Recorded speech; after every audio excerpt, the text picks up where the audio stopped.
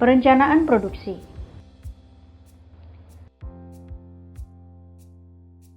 Lani dan Edo menjual keranjang dari anyaman yang diberi nama dagang Nayaman. Lani menangani bagian penjualan, sedangkan Edo menangani bagian produksi dan pengiriman produk. Karena sudah beberapa kali memesan dan puas dengan produk Nayaman, PT Karya Tangan kembali memesan buku agenda dengan aksen padan. Tetapi kali ini pesanannya 5 kali lebih banyak, yaitu 500 buku. Lani berpikir, apakah Edo dan tim sanggup memproduksi sebanyak itu?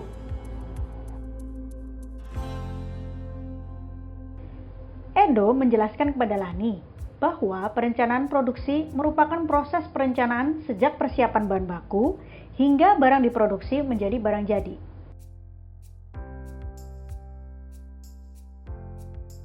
Perencanaan produksi mengatur bagaimana agar order atau permintaan yang diterima penjual dapat dikirim secara tepat waktu dalam jumlah yang diminta. Perencanaan produksi biasanya juga terkait dengan pengaturan stok barang, baik bahan baku maupun barang jadi. Secara garis besar, produksi dapat dibagi menjadi 2 jenis, yaitu make to stock, di mana pengrajin memproduksi dan menyimpan terlebih dahulu produknya. Kelebihannya, dapat dengan cepat merespon permintaan pembeli.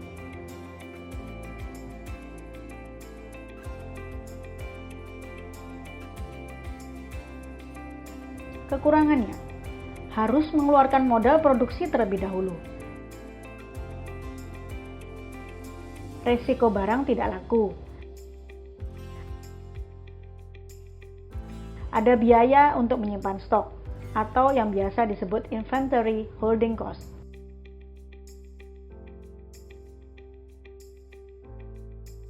Kurang fleksibel untuk permintaan khusus.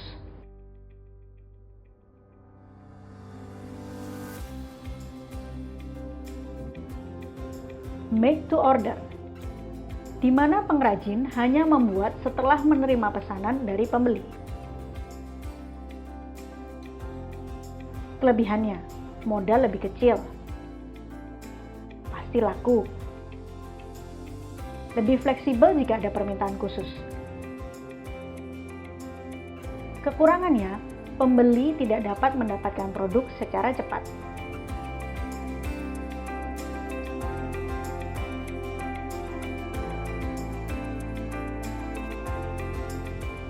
Edo menjelaskan bahwa produk yang diminta PT Karya Tangan memiliki ukuran yang berbeda dengan produk make to stock. Maka, Edo harus membuat rencana produksi terlebih dahulu untuk permintaan ini. Mari kita mulai menghitung.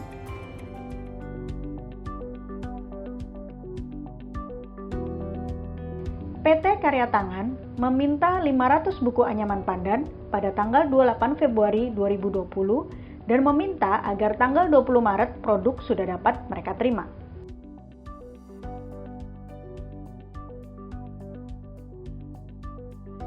Berikut langkah-langkah penghitungan produksi yang harus Edo lakukan agar dapat memenuhi permintaan PT Karya Tangan. 1. Menghitung mundur kapan produk harus siap dikirimkan kepada PT Karya Tangan. 2. Menghitung mundur kapan produk harus selesai diproduksi. 3. Memeriksa persediaan barang jadi. 4. Menimbang jumlah bahan baku yang saat ini sudah tersedia. 5. Menghitung berapa lama produksi yang dibutuhkan.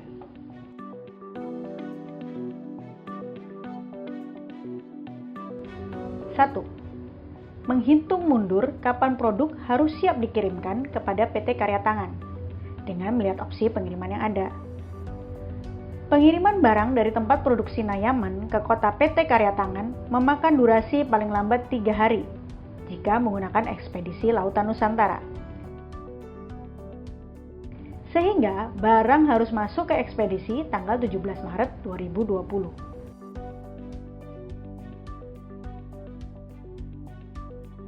Kedua, menghitung mundur kapan produk harus selesai diproduksi, yaitu mempertimbangkan durasi pengemasan. Mempertimbangkan proses pengemasan 1 hari kerja, maka produk Nayaman harus selesai dikemas masing-masing 1 hari sebelumnya, yaitu 16 Maret 2020.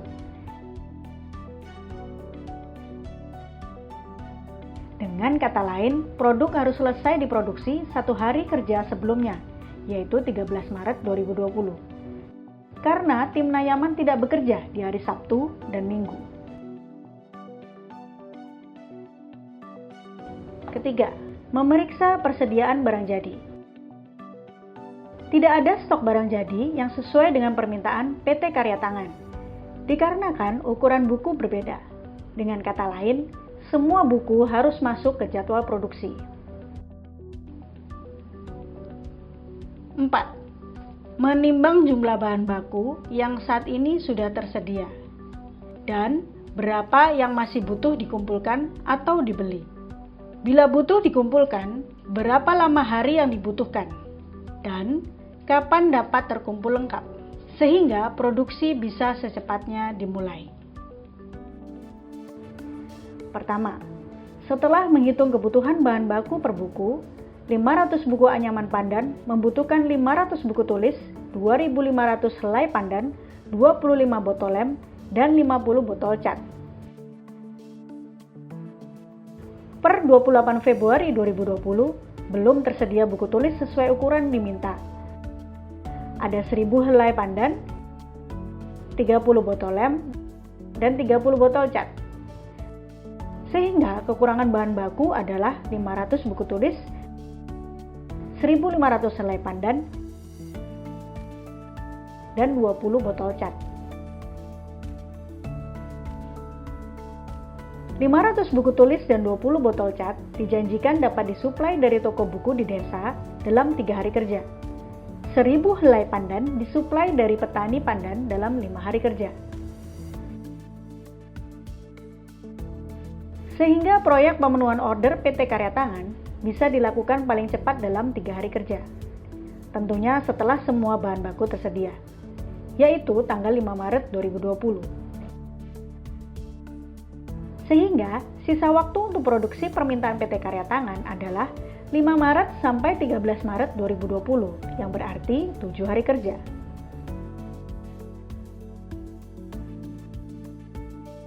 5. Menghitung berapa lama produksi yang dibutuhkan, mempertimbangkan jumlah pengrajin yang bisa mengerjakan order tersebut, dan order lain apakah yang sedang berjalan. Apakah order bisa dipenuhi tepat waktu? Dalam membuat buku anyaman pandan, biasanya satu orang pengrajin dapat menghasilkan 25 buku dalam 1 minggu atau 5 hari kerja. Berarti dalam 1 hari bisa dibuat 5 buku. Sehingga rata-rata lama pengerjaan 1 buku adalah 1/5 hari kerja. Sehingga untuk menghasilkan 500 buku, diperlukan 100 hari kerja dengan 1 pengrajin. Pada penghitungan di atas, didapatkan bahwa Nayaman memiliki waktu 7 hari kerja untuk dapat memenuhi order sesuai permintaan PT Karya Tangan. Maka, jumlah pengrajin yang diperlukan adalah 100 dibagi 7, yaitu 14,285 pengrajin. Kemudian dibulatkan menjadi 15 pengrajin. Saat ini, terdapat 15 pengrajin yang aktif bekerja, dan tidak ada proyek urgent yang sedang dikerjakan saat ini. Sehingga, berdasarkan penghitungan ini, Edo dapat bernafas lega bahwa Nayaman masih memiliki kapasitas untuk memenuhi PT Karya Tangan.